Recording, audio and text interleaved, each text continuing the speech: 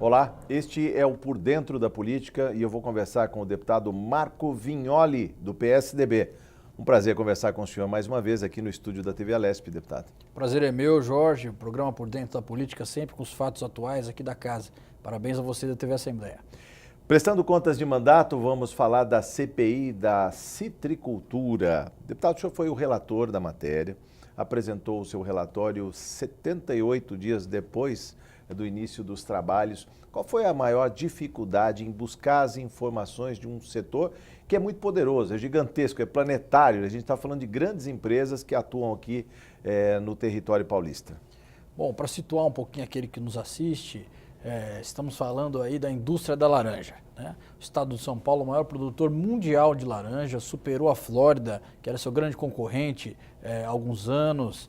Desde a década de 60, presente aqui no estado de São Paulo, a forte indústria da laranja, e que ao longo dos anos foi tendo uma concentração muito forte em torno de poucas empresas, né? Sim. E nós tivemos em vários episódios ao longo da história da citricultura paulista a denúncia de um cartel, da combinação dos preços em torno da compra da caixa de laranja dos produtores paulistas. Então, a laranja, que é um grande empregador, nós tivemos aí recentemente o índice do CAGED divulgando que o município de Bebedouro, por exemplo, era o que mais empregava no estado de São Paulo depois de Franca, batendo recordes aí no estado de São Paulo por conta da indústria do plantio de laranja. Então, Bebedouro? Bebedouro, o segundo maior empregador do estado nesse último CAGED que nós tivemos.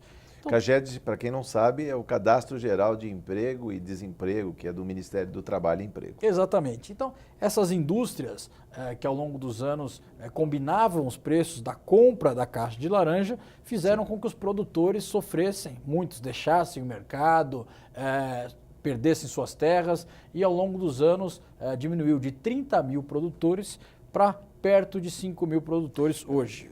Só para frisar esse número, de 30 mil produtores, ou seja, o plantio de laranja estava pulverizado na mão de 30 mil propriedades, vamos dizer assim, produtores rurais, e hoje na mão de 5 mil apenas. Exatamente. O advento do cartel da laranja é conhecido no Brasil, é conhecido da população paulista e principalmente das entidades que cuidam da agricultura no nosso estado. A FAESP, a Socitros, a Sociedade Rural Brasileira. FETAESP também, que é dos trabalhadores? FETAESP também, e principalmente daqueles que produzem laranja, como é o caso do meu avô, do meu pai, dos meus tios, lá no município de Itápolis, que foi uma grande produtora de laranja. Itápolis ainda é a maior produtora de laranja aqui no estado de São Paulo, pelo menos já recebeu o título tempos atrás. Capital mundial da laranja. Capital mundial da laranja, Itápolis. Hoje não é mais a que mais produz laranja no nosso país. Aguaí tem mais pés de laranja do que Itápolis hoje? Aguaí tem, Monte Azul Paulista tem, você tem aí alguns municípios que passaram em Itápolis, mas ainda é abundante a laranja em Itápolis. Sim. O fato é que os produtores sofreram muito, o cartel foi comprovado em um acordo com o CAD, que é o conselho que acompanha o cartel no Brasil. Aliás, foi um acordo que se arrastou por muitos anos. Ele foi fechado em novembro do ano passado e resultou em 300 milhões de multa. Exatamente, Jorge. Foi a terceira vez que foi fechado um acordo em torno do cartel da laranja no Brasil. Tivemos uma denúncia em 77, em 94 e agora em 2006, através de uma operação chamada Operação Fanta, e essa operação, na época, pegou documentos nas indústrias e depois, com a investigação, pôde comprovar com o leniente, que fez parte do cartel e assumiu isso, a veracidade desse cartel assumido pelas indústrias de laranja. O senhor falou 2006, mas isso só foi assinar lá 10 anos depois, 2016. Em 2016. Então, um pouquinho do que foi discutido nessa CPI. Você imagina, nós estamos falando aí de décadas de cartel, de um acúmulo de décadas em torno dessa luta pelos produtores de laranja, por aqueles deputados, assim como foi meu pai, assim como o deputado Mendes Tame, o próprio deputado Zico Prado que está na comissão, o deputado Davi Zaia, vários parlamentares ligados à agricultura que fizeram parte dessa luta. E agora em 78 dias nós tivemos aí a responsabilidade de situar o momento que nós passamos agora em torno desse cartel. Sim. Primeiro nós fomos ouvir a indústria, ouvir os produtores, acompanhar de que forma estava se desenvolvendo, e daí chegamos a algumas conclusões que foram apresentadas.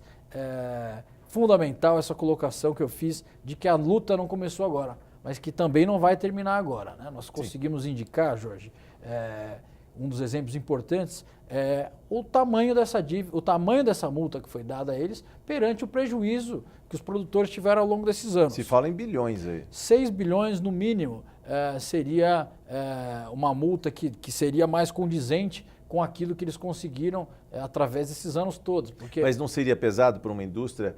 Acho que a maior delas fatura 3 bilhões por ano. Mas nós estamos falando aí de 10 anos. 10 anos. E na lei brasileira de cartel, fica estipulado lá uma multa de 5% a 10%. Então, isso sim condizeria com a realidade daquilo. Agora, quando tem uma leniência, né, o acordo de leniência diminui a multa. Leniência é quando se comprova, né, a pessoa reconhece que está provocando esse dano, né? Sem dúvida. Então, por conta disso, eles conseguiram a diminuição da multa. Nós consideramos a multa baixa e indicamos isso em nosso relatório. Além disso...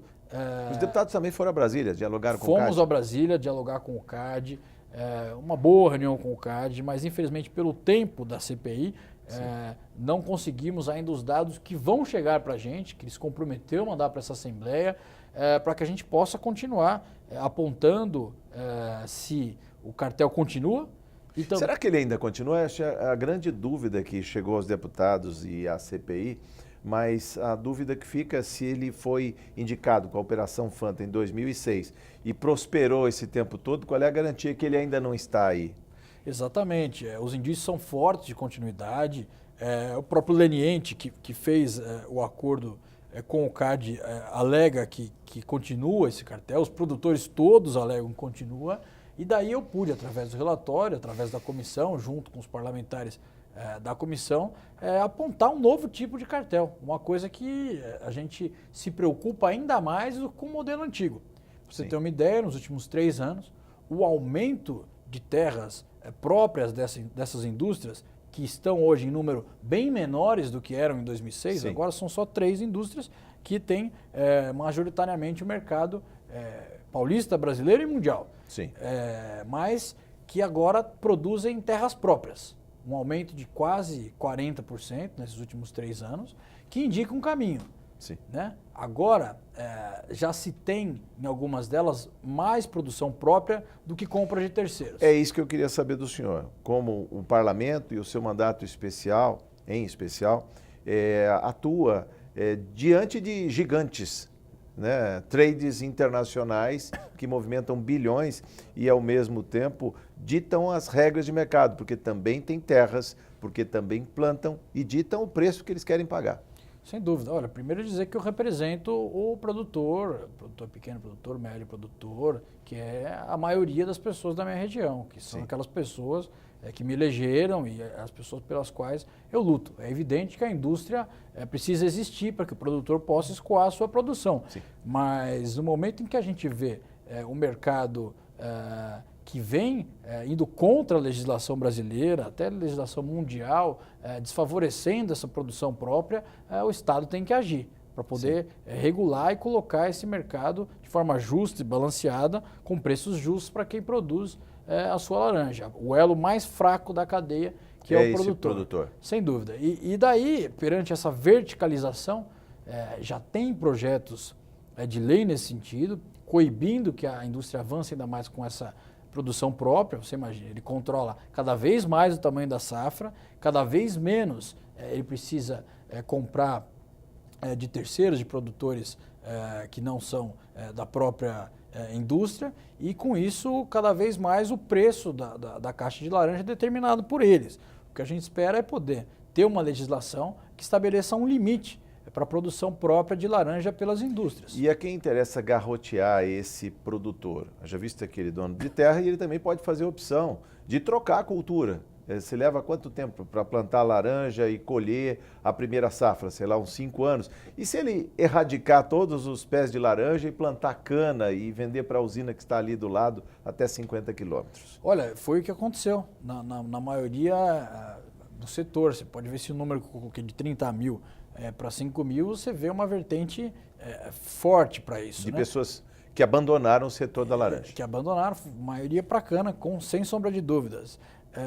Agora, é um mercado que vem se concentrando cada vez mais. A gente enxerga aí também, isso está nos primórdios aí da agricultura. É evidente que a distribuição de terra, que a agricultura familiar, que a gente possa ter uma relação mais profícua entre aquele que produz e aquele que industrializa, é o caminho da nossa agricultura, ainda mais num país que hoje produz o alimento do mundo, né? Pois é, mas num país tropical e com uma grande população como é o Brasil, mais de 200 milhões de brasileiros, 44 milhões de paulistas, qual seria o antídoto para, de alguma maneira, combater esse capitalismo selvagem em que as empresas ditam o preço, porque é uma commodity internacional, eles vendem no mercado que paga mais, talvez não necessariamente o Brasil.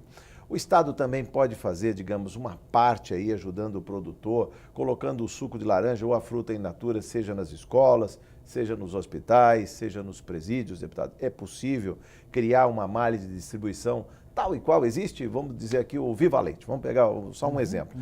Tem uma malha em praticamente todos os municípios paulistas. É possível colocar também o suco de laranja, de alguma maneira, mesmo quando haja uma superprodução, para que eles não quebrem, não venham à bancarrota, como disse. Sem dúvida que é possível, nós temos várias iniciativas nesse sentido, nós estamos falando aí, que fique bem claro, é o suco de laranja concentrado. Sim. Esse suco de laranja que tem mais de 95% de exportação, né? E que representa aí a grande gama da laranja produzida no país. Nós temos um mercado interno bom, mas que ainda precisa crescer para o suco de laranja nacional. Temos várias iniciativas, lá mesmo na minha Catanduva, temos lá uma fábrica nova, feita com dinheiro do Desenvolve São Paulo, que já produz sucos de laranja aqui para o estado.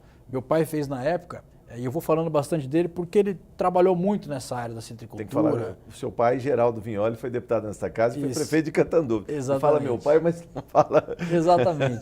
E na época ele fez uma lei, virou lei, incluindo o suco de laranja na merenda escolar.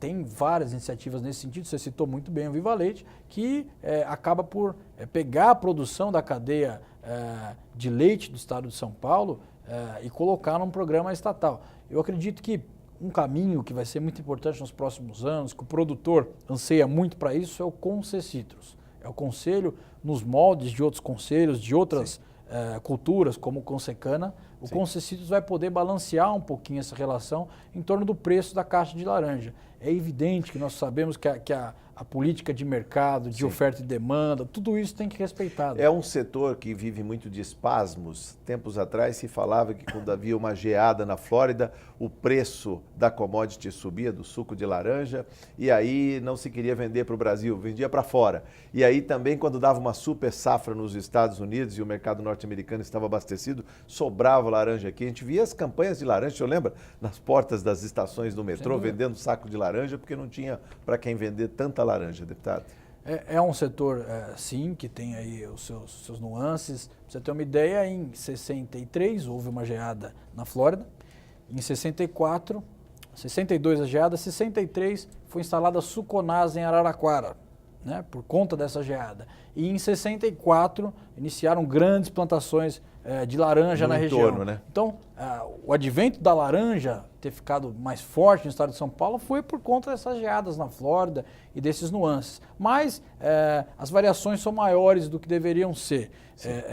A gente enxerga hoje, temos um instrumento importante aqui do Fundecito do estado de São Paulo que determina o tamanho da safra. A gente não vê uma variação tão grande, esse ano foi uma boa safra, mas o controle dessa safra, como eu coloquei, através dessa verticalização, acaba por ficar na própria indústria. Então ele vai acabar controlando o tamanho da sua safra, consequentemente o seu preço. E se pode falar que o produtor tem alcançado um bom índice de produtividade, porque a gente vê que cidades como Itápolis, que tinha uma grande plantação de laranja, já não tem mais, ela vai perdendo o protagonismo. Mesmo assim, o Brasil ainda consegue impor o seu suco de laranja em praças internacionais, ou seja, quem está na laranja permanece, persevera e vai continuar por muito tempo. Não, sem dúvida, nós temos aí um know-how grande na produção de laranja, o estado de São Paulo é o líder mundial, né? Então nós ainda temos aí uma uma grande tecnologia nisso. A indústria Só não pode dormir na liderança, né, deputado? não pode dormir Não na pode dormir liderança. na liderança porque tem o amarelo, é greening, né? Tem o greening e nós temos o advento da disputa com outros sucos que cresceram também. O suco Pois de é. maçã cresceu no mundo, os próprios chás, existiu aí uma campanha mundial. Outras bebidas, outras águas, outros refrigerantes também que competem em pé de igualdade com o suco de laranja. Sem né? dúvida. Mas é um mercado que tem tudo para ser, aqui no estado de São Paulo, um grande gerador de riqueza e, além disso, um grande distribuidor de renda. E é isso que a gente busca. Deputado, para fechar o capítulo da CPI da citricultura, normalmente um relatório aponta caminhos. Para onde caminha a citricultura paulista depois desta CPI? Eu ouvi também de alguns deputados que era importante fazer uma nova investigação mais para frente, deputado. Ainda temos muitos dados, são necessários para avançar ainda mais nesse caminho da citricultura. O CAD vai nos enviar esses dados e daí, a partir dos dados do CAD, a gente vai poder levar ao produtor o que aconteceu nesse período para que ele busque combater as perdas, para que a gente possa aferir se existe de fato a continuidade, de que forma a gente pode coibir isso. Agora, sim, o advento do Concecitrus, um conselho com produtores e com indústria, que recentemente o CAD já arbitrou até essa questão da verticalização e uma legislação que determine um percentual máximo de produção própria da indústria, são fundamentais para o futuro da citricultura paulista. Deputado, mudando a página da CPI da citricultura para a CPI do Detran, o senhor também tem assento nesta CPI. Quais são as novas? Olha, a CPI do Detran vem avançando bem. Nós temos aí uma preocupação grande. A população paulista, ao longo de todos os últimos anos, e acho que é histórico isso, não só paulista, mas no Brasil inteiro, o Detran é um espaço em que a população reclama muito dos serviços que são prestados. Tivemos avanços aqui no estado de São Paulo nos últimos anos, com uma forte informatização, né? Mudou a pasta do Detran. Saiu da égide da segurança pública, da polícia e foi para a gestão, né? Advento de portais, enfim. Mas é fato que ainda precisa avançar muito. Então, tivemos já esse ano uma operação em torno da venda de CNHs, de carteiras. A gente vê aí várias denúncias de tirar a ponto de carteira, de irregularidades em torno disso. Então, estamos fechando o cerco em torno desse tipo de prática. Já ouvimos o presidente do Detran, já ouvimos o diretor de sistemas e também ouvimos o diretor de CNH com toda a sua equipe.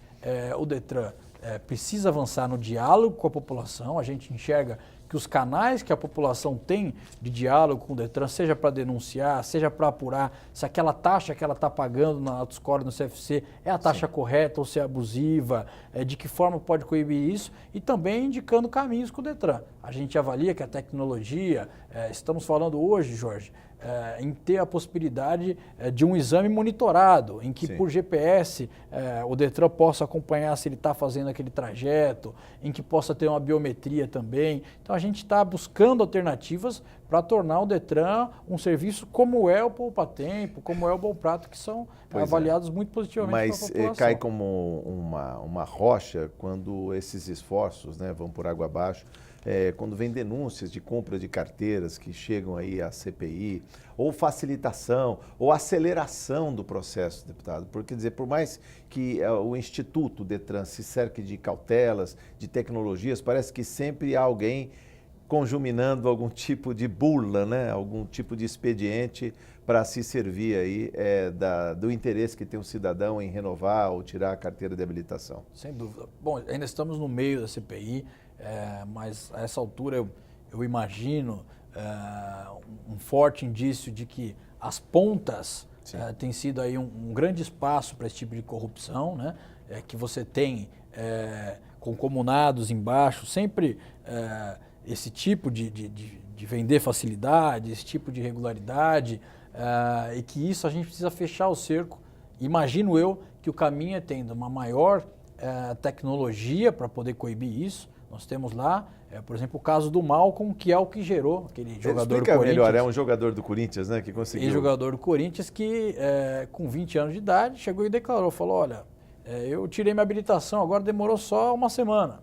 Daí foram lá e checaram, era um esquema em que a autoescola ia lá e colocava como se ele fosse um militar. E daí não precisava ter a permissão da central aqui para trazer a sua habilitação. Então, na época tiraram quase 5.000 habilitações que estavam irregulares. Sim. Então esses buracos que ainda possam existir no sistema,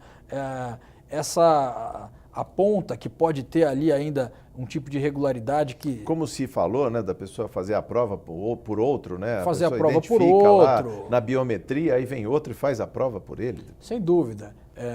E a gente verifica, a população paulista ainda não tem a confiança que tem outros serviços como o Poupa Tempo, como o Bom Prato, no Detran. Eu acredito que eles vêm avançando nessa informatização, pelo que nós estamos verificando. Mas a ideia é que a CPI possa achar onde estão esses gargalos, né, e indicar para eles o que pode melhorar e também, se encontrar alguma irregularidade, também achar os culpados e determinando, passando para a justiça que possam sofrer as penalidades necessárias. Se fala até da existência de uma máfia, de um esquema aí de emissão irregular de carteiras de habilitação. O senhor ouviu aí recentemente na CPI do Detran o diretor de habilitação, né, Raul Vicentini. O que ele fala quando se depara com verdadeiras quadrilhas que armam esquemas aí para facilitar a retirada desta carteira, deputado? Para você ter uma ideia, questionado, ele respondeu que só esse ano foram feitos mais de 200 boletins de ocorrência pelo próprio Detran contra organismos desse tipo, CFCs, autoescolas, profissionais cadastrados. Então, é corriqueiro esse tipo de prática e o importante é que o Detran vem agindo. Eu acho que o Detran vem... O mercado não tem como se autodepurar? É da cultura do brasileiro também querer algum tipo de facilidade, pagar até mais, acelerar os processos, que a gente está lidando com cultura, né? Sem dúvida, sem dúvida. Se tem a oferta, tem a demanda ali, né? Mas eu acho que a gente tem que avançar, até na própria legislação, coibindo isso e principalmente que o Detran seja uma instituição que por si só passe essa seriedade, que a gente comece a cortar, se a gente sabe que é ali, por que tem que ser assim, sabe? Sim. Poxa, se esse sistema que permite que eles façam ali na ponta isso, vamos mudar o sistema, vamos determinar que seja radicalizar a transparência? Eu acho que sim. Aumentar os serviços que são diretos do cidadão ali com o sistema, pela internet, como é o Poupa Tempo? Vamos dizer assim, agendar, fazer todo tipo de serviço o quanto mais diretamente possível no portal e menos com intermediação do ser humano que está ali, às vezes, facilitando alguns procedimentos? Sem dúvida. E a pessoa que está me assistindo, com certeza já acompanhou algum caso aí no Detran, já na família, já ouviu falar, já viu na rua. Hoje eu comentei, tinha aqueles lambe-lambes, você tem ponto, eu ajudo, tiro... Transfiro pontos. Transfiro pontos. Isso é anunciado, não precisa ir muito longe. Agora, né? O que o Detran pode fazer? Pode ser mais transparente na informação que a pessoa que comete aquela infração tem, o que ela pode fazer, muitas vezes o que ela pode recorrer, como é que é aquela prática, o que pode ser feito em torno disso. Acho que o diálogo do Detran tem que aumentar. O Detran, para a população de modo geral, é uma caixa preta que está lá e que é inacessível para eles. Imagina lá que tenha um corpo de funcionários inacessíveis, então aí não pode ser assim, né? Tem que ser o Detran tem que servir a população, né?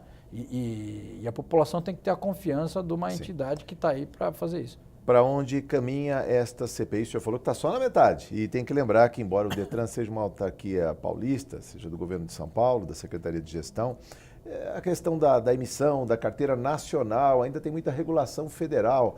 Para onde caminha essa CPI, deputado? Olha, estamos investigando tudo, desde falha da ponta de pessoas e de autoescolas, de CFCs, de profissionais e dos Ciretrans e de possíveis indícios de irregularidades lá, verificando como tem sido encontradas essas irregularidades ao longo dos anos, até próprias falhas do sistema, até falhas que possam ter na forma que é feito isso, para ver de que forma a gente vai propor uma solução para isso. Não é novo essa informação sobre irregularidades no Detran. Nós não estamos falando de coisas que estão acontecendo agora, nem de coisas que vêm da direção do Detran ou não. Não estamos falando disso. Nós estamos falando de uma instituição em que a população inteira do estado de São Paulo, até de outros estados, sabe que precisa ser apurada e melhorada para servir como um serviço público de qualidade. Também há interesse do seu mandato e desta Casa de Leis na defesa intransigente do consumidor desses serviços? Porque se falou da questão do preço, o preço é diferenciado, a pessoa faz uma prova, é reprovada, ele tem que agendar uma outra prova, paga outra vez, ou seja, o serviço não é servido, né? O serviço não vem a contento e o cidadão paga 2, 3 vezes, às vezes para ter algum tipo de benefício? Sem dúvida, não nos parece transparente. Né? Falta essa transparência, né? Não nos parece transparente. O preço de uma pessoa que vai tirar sua habilitação, você sabe qual é o preço exato? Que não tem a mínima ideia. Aliás, parece que varia de cidade para cidade. Cidade para cidade, de 1.500 a 3.000, que é o dobro. Então, eu acredito que nós precisamos regular melhor isso. Né? Precisamos avançar mais nessa prática. Eu cito muito a transparência porque eu acho que é isso. O Detran precisa ser um órgão mais transparente. E, apesar dos avanços que ocorreram nos últimos anos, ainda responsabilidade dessa CPI, dessa casa, propor melhoras importantes. O senhor falou em caixa preta. Como transpor essa barreira, esse invólucro aí e torná-lo, digamos assim, mais eficiente, mais amigável ao cidadão que paga os seus impostos e quer ver um serviço funcionando a contento? Eu acredito muito na tecnologia, né? Nós estamos numa era. O senhor é entusiasta, moderna. né? Sou entusiasta. Trabalha bem, dialoga com as redes sociais o tempo todo. Eu sou sim, eu acho que a facilidade no acesso, podemos. Agora tem aplicativo do Detran. Sim, hoje no celular. Nós vamos ter a CNH eletrônica no ano que vem. Então as coisas vão evoluindo, vão melhorando e eu acredito que a tecnologia vem para ajudar nesse sentido. Falei um pouquinho do teste monitorado, sim, da biometria, mas tem ainda uma série de situações que podem ser introduzidas no Detran que vão coibir isso. Eu, por exemplo, nos Estados Unidos, nunca ouvi falar lá de algum tipo de fraude nesse sentido, até por conta das penalidades, sim, e também por conta da tecnologia. Que aqui muito brandas, diga-se de passagem, né? O sujeito, brandas, mesmo com a carteira cassada, só vai perder o direito de dirigir se parar num comando, for pego, flagrado e ainda assim... Nós temos uma diferença básica e primordial. No Brasil é um direito de dirigir, né? Lá é um privilégio. Não estou aqui elogiando, fazendo sim, apologia aos Estados Unidos, mas é evidente que o nosso sistema de trânsito precisa evoluir, né? Nós temos aí um grande número de mortes no trânsito, nós temos aí um grande número de acidentes, e daí quando a gente vê que uma pessoa muitas vezes tira a carteira até sem fazer prova e que isso é uma prática considerada sabida por todos os brasileiros, que muitas vezes tem indícios de entidades que vendem dificuldade, a pessoa é reprovada 3 vezes só para pagar mais uma vez para fazer aquele teste, ou que sabe de alguém que estourou o ponto da carteira e que conseguiu tirar, a gente sabe que isso não é correto e a gente sabe que isso só contribui para ter um péssimo trânsito e para poder prejudicar ainda mais a população paulista. Nosso tempo já se esgotou. Deputado, muito obrigado por sua entrevista. Volte mais vezes à TV Alesp. Eu que agradeço, Jorge, o seu programa, as atividades da TV Assembleia, tem feito um grande sucesso aqui para o nosso estado. Muito obrigado, sucesso, deputado. Eu conversei com o deputado Marco Vignoli do PSDB, você ficou por dentro da política. Muito obrigado por sua audiência.